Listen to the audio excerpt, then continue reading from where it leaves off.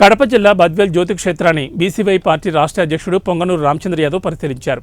బుధవారం కాశీనాయన క్షేత్రాన్ని సందర్శించారు. ముందుగా లక్ష్మీ నరసింహస్వామిని దర్శించుకున్నారు. అనంతరం కాశీనాయన గుడి ప్రాంగణాన్ని పరిశీలించి స్వామివారిని దర్శించుకున్నారు. అక్కడ పూజారులు పూలమాలలు వేసి ప్రత్యేక పూజలు జరిపించారు. తర్వాత మీడియాతో మాట్లాడుతూ తమిళనాడు దేవాలయాలను సందర్శించడం కాదు, ఆంధ్రప్రదేశ్లో దేవాలయాలను అభివృద్ధి చేయాలని పవన్ కళ్యాణ్పై మండిపడ్డారు.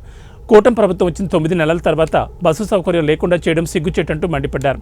హిందూ దేవాలయాలపైన అనేక రకాలుగా దాడులు జరుగుతున్నాయన్నారు. ఈ ప్రభుత్వం ప్రధాన భాగస్వామ్య నాయకుడు బాప్టిజం స్వీకరించి నా పరిచార్చకుడు సినిమాల్లో రాజకీయాల్లో డైలాగులు వేయడం కాదు, ఆంధ్రప్రదేశ్లో ఉప ముఖ్యమంత్రిగా ఉన్నందుకు ఆంధ్రప్రదేశ్లో హిందూ దేవాలయాలపై దాడులు నిర్వహిస్తుంటే ఎక్కడుంటున్నావు పవన్ కళ్యాణ్ అంటూ ఆయన మీడియా సమావేశంలో మండిపడ్డారు. సుమారు 28 సంవత్సరాల క్రితము ఏర్పడిన ఈ ఆశ్రమము గత 28 సంవత్సరాల నుండి కూడా ఇక్కడ అనేక రకాలైన సేవా కార్యక్రమాలు జరుగుతున్నాయి.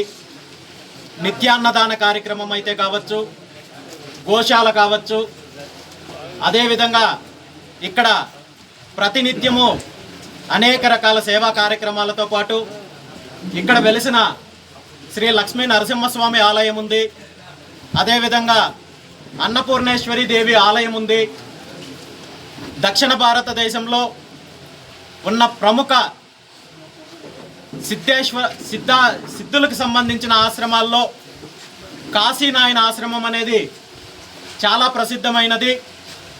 సుమారు 4-5 చుట్టుపక్కల ఉమ్మడి జిల్లాలకు సంబంధించిన ప్రజలందరూ కూడా నిత్యం